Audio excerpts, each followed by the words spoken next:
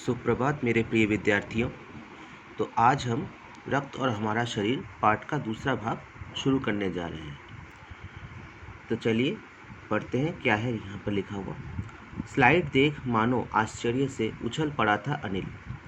रक्त की एक बूंद में इतने सारे कण, इसकी तो वह कल्पना भी नहीं कर सकता था।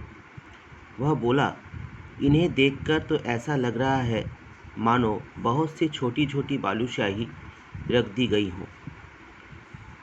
हाँ, दीदी बोली, लाल कण बनावट में बालूशाही की तरह ही होते हैं, गोल और दोनों तरफ अवतल, यानी बीच से दबे हुए।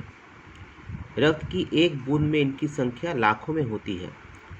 यदि हम 1 मिलीमीटर रक्त लें तो उसमें हमें 40 से 55 लाख कण मिलेंगे।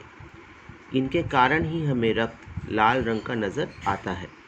यह कण शरीर के लिए दिन रात काम करते हैं। सांस लेने पर साफ हवा से जो ऑक्सीजन तुम प्राप्त करते हो, उसे शरीर के हर हिस्से में पहुंचाने का काम इन कणों का ही है।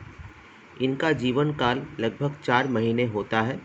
4 महीने के होते होते ये नष्ट हो जाते हैं, लेकिन एक साथ नहीं, धीरे धीरे, कुछ आज, कुछ कल और कुछ उससे अगले दिन। तो यहाँ पर बताया गया है कि ये जो रक्त के कण हैं, ये बालूशाही की तरह लगते हैं। और बालूशाही एक मिठाई होती है जो कि कुछ कुछ इसी तरह की दिखने में होती है। और ये बोला गया है कि ये गोल और दोनों तरफ अवतल, यानी बीच में दबे हुए होते हैं। और रक्त की एक बूंद में इनकी संख्या लाखों में होती है। ऐसे कणों की संख्या लाखों में होती है। यदि हम 1 मिलीलीटर, एक्चुअली यहाँ पर थोड़ा गलत लिखा हुआ है, 1 मिलीलीटर होगा, 1 मिलीलीटर रक्त लें तो उसमें हमें 40 से 55, 40 से 55 लाख कण मिलेंगे। इनके कारण ही हमें रक्त लाल रंग का नज़र आता है। ये कण शरीर के लिए दिन रात काम करते हैं। तो ये कण जो होते हैं हमारे शरीर के लिए बहुत ही महत्वपूर्ण होते हैं और ये दिन रात ही अपना काम करते हैं। सांस लेने पर साफ हवा से जो ऑक्सीजन तुम प्राप्त करते हो, जो ऑक्सीजन हम प्राप्त कर रहे हैं साफ हवा में, उसे शरीर के हर हिस्से में पहुंचाने का काम इन कणों का ही है। इनका जीवन काल लगभग 4 महीने होता है। 4 महीने के होते होते ये नष्ट हो जाते हैं, बर्बाद हो जाते हैं, लेकिन एक साथ नहीं, धीरे धीरे, कुछ आज, कुछ कल और कुछ उससे अगले दिन। तब तो कुछ ही महीनों में ये ख़त्म हो जाते होंगे, अनिल ने कहा। यह सुनकर डॉक्टर दीदी मुस्कुरा उठी। बोली, नहीं, ऐसा नहीं होता। शरीर में हर समय नए कण बनते रहते हैं जो नष्ट कणों का स्थान ले लेते हैं। हड्डियों के बीच के भाग मज्जा में ऐसे बहुत से कारखाने होते हैं जो रक्त कणों के निर्माण कार्य में लगे रहते हैं। इनके लिए इन कारखानों को प्रोटीन, लौह तत्व और विटामिन रूपी कच्चे माल की ज़रूरत होती है।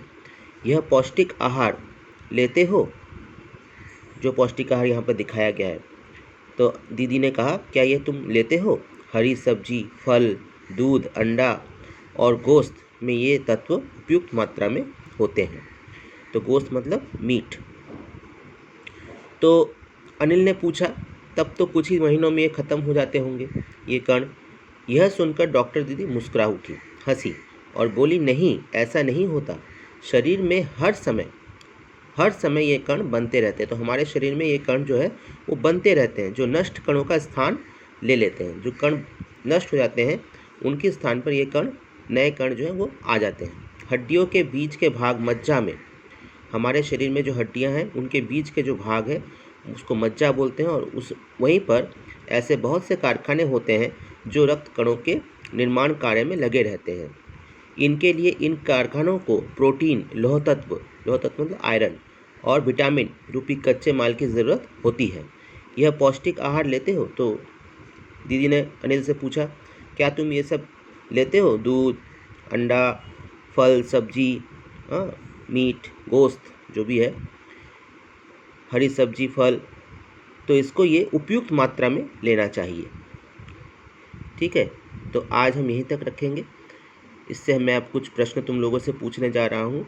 तुम लोग अपने कॉपी और पेन रेडी रखो और उसमें ये प्रश्न लिखो।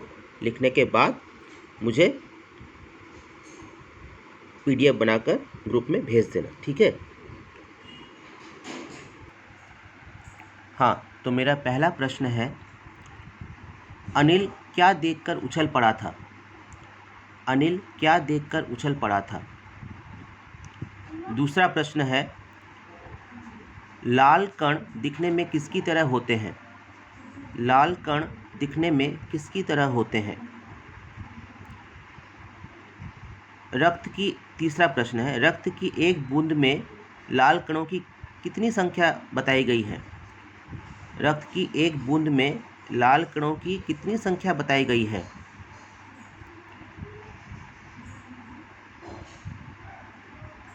अगला प्रश्न है, चौथा प्रश्न, लाल कण हमारे शरीर के लिए क्या काम करते हैं?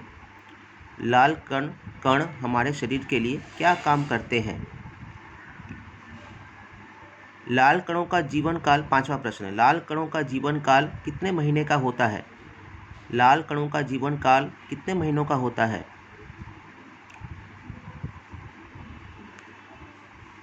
हमारे शरीर में, छठा प्रश्न, सिक्स्थ क्वेश्चन, हमारे शरीर में लाल कण कहाँ पर बनते हैं?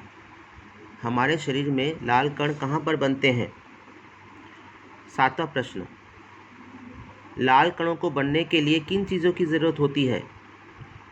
सातवां प्रश्न, सेवेंथ क्वेश्चन, लाल कणों को बनने के लिए किन चीज़ों की ज़रूरत होती है?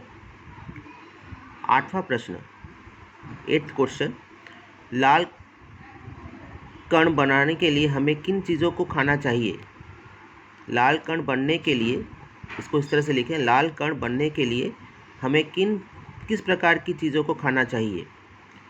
लाल कण बनने के लिए हमें किस प्रकार की चीज़ों को खाना चाहिए? तो ये 8 प्रश्न तुम लोगों को दिए गए हैं आज।